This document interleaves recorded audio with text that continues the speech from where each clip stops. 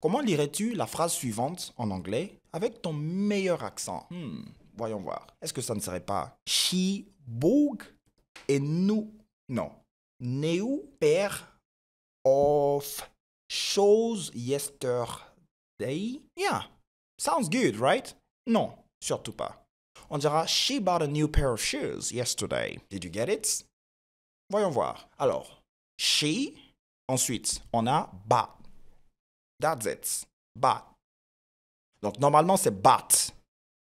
Mais il y a ce qu'on appelle la prononciation contextuelle des mots. Lorsque vous lisez une phrase, nous sommes ici en anglais américain, il y a une manière de simplifier les sons pour aller plus rapidement, pour bien faire la liaison. Et donc ici, avec le T, et c'est même le cas avec GHT, vous allez voir que ici, on va prononcer juste un son qui sera beaucoup plus léger. C'est ça, hein?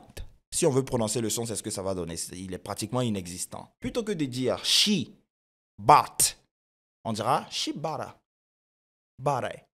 Right? Donc, vous constatez ici que après le t, nous avons un a qui ne se prononce pas a en contexte. Quand vous prononcez le a dans une phrase, le a isolé, c'est-à-dire l'article tout court, dans l'alphabet, c'est a normalement, mais ici, c'est a. Donc, she bought, right? Vous devez produire le son da. Shibata. Exactly. Donc, on dira ici, she bought a new, right? C'est new. Alors, les Américains vont souvent dire new, tout court. Ça passe aussi. Vous pouvez dire new ou new. Bon, il n'y a pratiquement pas de différence, n'est-ce pas?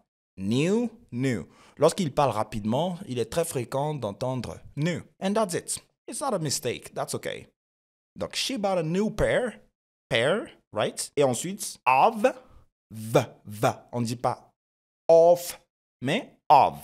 Lorsque vous avez deux F, c'est là que vous allez prononcer ce mot, enfin, lorsqu'on ajoute un autre F, donc off. Turn off the lights. Mais ici, on dit of. She bought a new pair of shoes yesterday. Pair of shoes, right? La liaison ici. Pair of. Ensuite, donc, nous avons shoes et yesterday. Vous voyez? Yesterday. Normalement, c'est yesterday.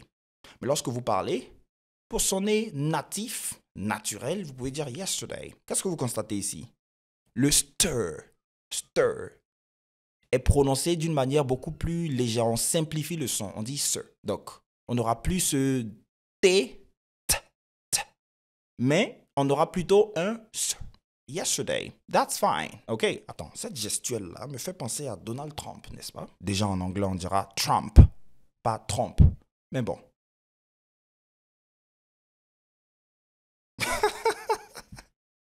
She bought a new... Ouf, I'm a terrible impersonator. Terrible, I suck at it. Qu'est-ce que ça signifie? Je suis terrible, je suis très mauvais dans l'imitation. C'est ça, hein? To impersonate, c'est imiter. She bought a new house. That's how it talks, right? Anyway, donc c'est ça, vous avez la phrase ici. She bought a new pair of shoes yesterday. Je vous laisse traduire la phrase en commentaire.